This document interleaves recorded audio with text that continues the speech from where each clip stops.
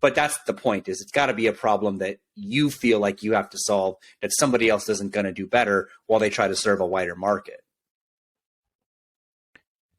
That's right. I agree with that, like, except for the FPGA part. But what? But you know, it's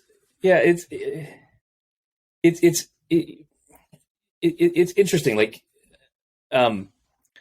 there's a real differentiation here. I think we have to sort of mark this, because what Microsoft, let me be more specific, what Azure and AWS need from their silicon is pretty different from what Google, Facebook, Tencent, Baidu need, right? Because those four are mostly running their own workloads, right? Google's running its own workloads. Facebook's running its own workloads. Azure, AWS, and Ali Cloud have to run everybody's workloads. And right. The only software they really control is their own internal management software, which is a lot, but so it's much easier for Google to make its own silicon because they know exactly what the problems are. It's much harder for Amazon or Microsoft or Azure to do this, because they have the lowest common denominator problem. And I think that's probably part of the reason that Azure hasn't done anything yet, because they don't have, they don't have a clear picture of it. They don't have quite a acute need as Google does with YouTube and VCUs. So that's a good point. So in that scenario, I guess I could look at this two ways. One, you're sort of hinting at, and I don't think either of us know this, but you're hinting at that Amazon's custom silicon probably is a small percentage of their customers' workloads compared to other instances that are generic. I would assume that's probably true, but that's part of the assumption.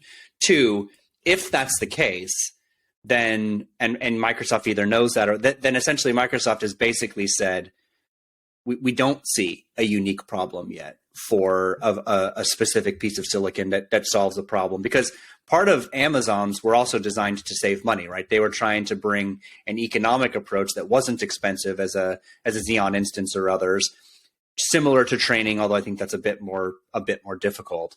Microsoft may just not see that need, where economics aren't there or speed isn't as necessary yet. And so I agree with you. They're working on something, but the way that you analyze this, at least the way we're thinking of it, there may just not be a clear value proposition to fund that investment.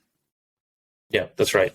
That's right. You just don't have the gains. I mean, I've done the math on this. I wrote a post a few years ago looking at the math of developing your own silicon. And if your only goal is to save money, to capture Intel and AMD's margin, it's actually not worth doing from a pure numbers standpoint. It's break even at best.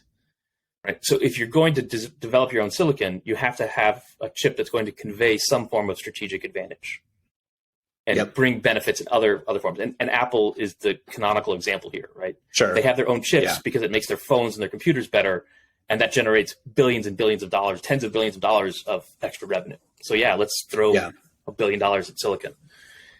Yep. That math doesn't work out for Amazon just saving, margin. Right. So.